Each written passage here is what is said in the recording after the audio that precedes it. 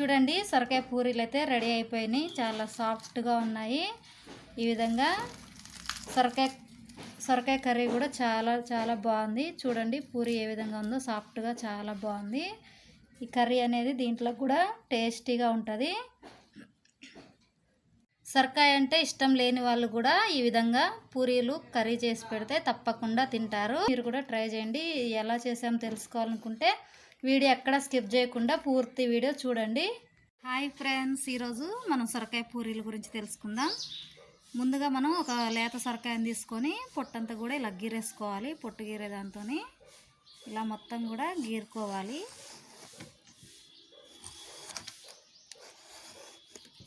ఇలా శుభ్రంగా పొట్టంతా గీరేసినాక శుభ్రంగా నీటితోని కడగాలి. ఇలా ముక్కలుగా కట్ చేసుకోవాలి. కొంచెం ఈ సైజు ఉండే విధంగా కట్ చేసుకోవాలి ముక్కలుగా. ఒక బౌల్ తీసుకొని అందులో మనం ఈ సొరకాయని అయితే తురుముకోవాలి.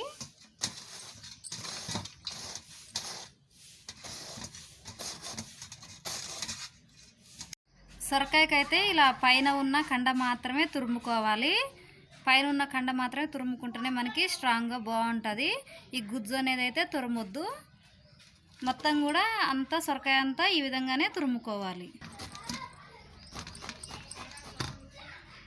తురుమైతే ఇగో ఈ విధంగా వచ్చింది. చూడండి తురుము చాలా బాగుంది నీట్గా. నేనైతే కప్పు తురుముకి 2 కప్పుల గోధుమ పిండి తీసుకుంటున్నాను.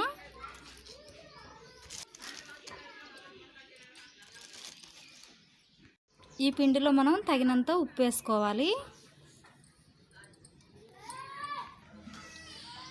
1 టేబుల్ స్పూను ఆయిల్ వేసుకోవాలి. ఈ పిండిలో కొంచెం కొంచెం వాటర్ పోస్తూ కలిసే విధంగా మొత్తం కలుపుకోవాలి.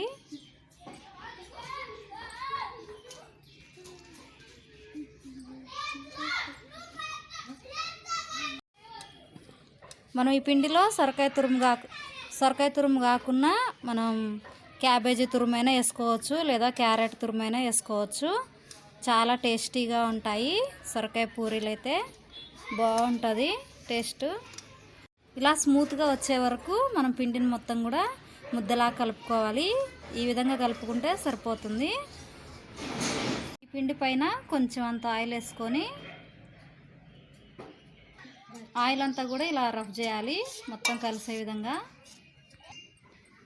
ఈ పిండి ముద్ద పైన ఒక క్లాత్ వేసుకొని ఒక 10 నిమిషాల పాటు నానబెట్టుకోవాలి.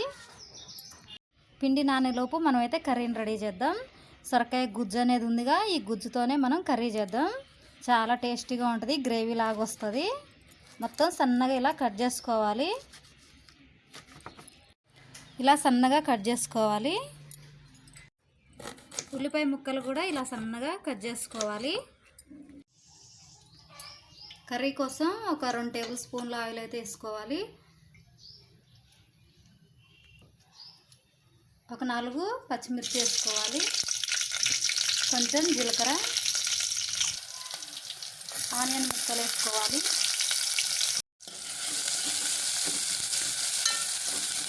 కొంచెం ఫ్రై చేసుకోవాలి. ఆనియన్స్ అయితే కొంచెం ఫ్రై కావాలి.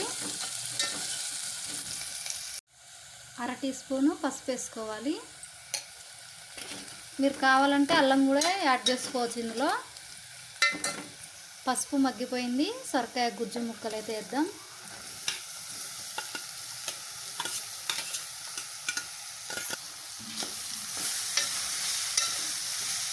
కలిసే విధంగా మొత్తం కూడా కలుపుకోవాలి. మూత పెట్టి ఒక 5 నిమిషాల పాటు ఉడికించాక చూద్దాం. సొరకాయ కూరలోకి పచ్చిమిరపకాయల కారం అయితే చాలా టేస్ట్గా ఉంటుంది. శుభ్రంగా వాష్ చేసుకొని ఒక గుప్పెడు పచ్చిమిర్చి అయితే తీసుకోవాలి. మెత్తగా గ్రైండ్ చేసుకుందాం. ఇలా మెత్తగా మిక్సీ పట్టుకోవాలి. కొంచెం బరకగా పట్టుకుంటే బాగుంటుందని ఇలా పట్టినాం. ముక్కలన్నీ పూర్తిగా మగ్గిపోయాయి. ఇప్పుడు కారం వేద్దాం.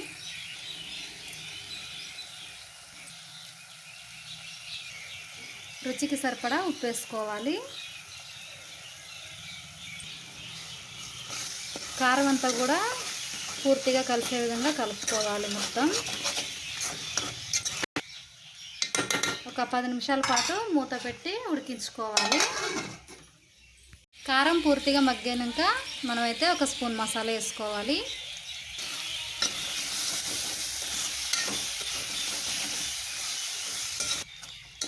చూడండి కర్రీ అయితే రెడీ అయిపోయింది. ఇందులో మీరు కావాలనుకుంటే టమాటా కూడా వేయచ్చు చేసేటప్పుడే.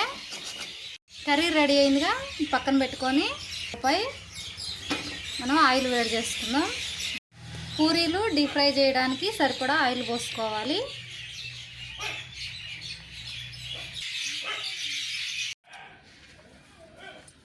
పిండి అయితే చాలా చక్కగా నానిపోయింది. చూడండి ఈ విధంగా మొత్తం కూడా మనం ఒకసారి ప్రెస్ చేసుకోవాలి. కొంచెం కొంచెంగా తీసుకొని మనమైతే 2 చేతులతోని ఇట్లా ఉండలుగా చేసుకోవాలి. ఇలా పిండి మొత్తం కూడా ఉండలు చేసుకొని పక్కన పెట్టుకోవాలి. ఇలా కొంచెం పొడి పిండి చల్లుకొని మనం ఈ పిండి ముద్దను తీసుకొని పూరీలాగా బాగా ప్రెస్ చేయాలి. ఇలా పల్చని పూరీలాగా చేసుకోవాలి. అన్నీ కూడా ఈ విధంగా చేసుకోవాలి. నూనె అయితే వేడొచ్చింది. ఇప్పుడు పూరీలు వేసుకుందాం. ఇలా కొంచెం ప్రెస్ చేస్తూ పూరీని అయితే బాగా మనం డీప్ ఫ్రై చేయాలి. ఒకవైపు పూర్తిగా కాలినాక గోల్డెన్ కలర్లోకి వచ్చినాక రెండో వైపు తిప్పేసుకోవాలి. రెండు వైపులో కూడా గోల్డెన్ కలర్లోకి వచ్చే విధంగా డీప్ ఫ్రై చేయాలి. రెండు వైపులా గోల్డెన్ కలర్ వచ్చినాక మనమైతే ఒక గిన్నెలోకి తీసుకోవాలి.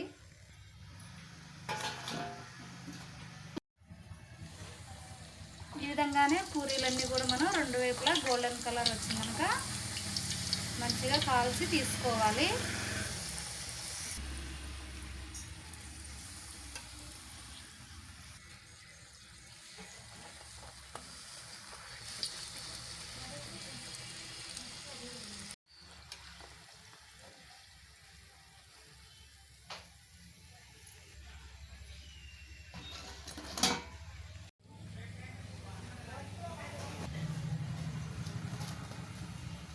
చూడండి ఫ్రెండ్స్, సొరకాయ పూరీలు అయితే రెడీ అయిపోయినాయి. మనకి చాలా సాఫ్ట్గా చాలా బాగున్నాయి. చూడండి ఎంత సాఫ్ట్గా ఉన్నాయో. మనకి చాలా టేస్టీ అయిన పూరీలు. ఈ వీడియో కనుక మీకు నచ్చినట్లయితే తప్పకుండా సబ్స్క్రైబ్ చేసుకోండి, లైక్ చేయండి, షేర్ చేయండి. మీరు ట్రై చేసి ఎలా వచ్చిందో మాకు కామెంట్ రూపంలో తెలియచేయండి.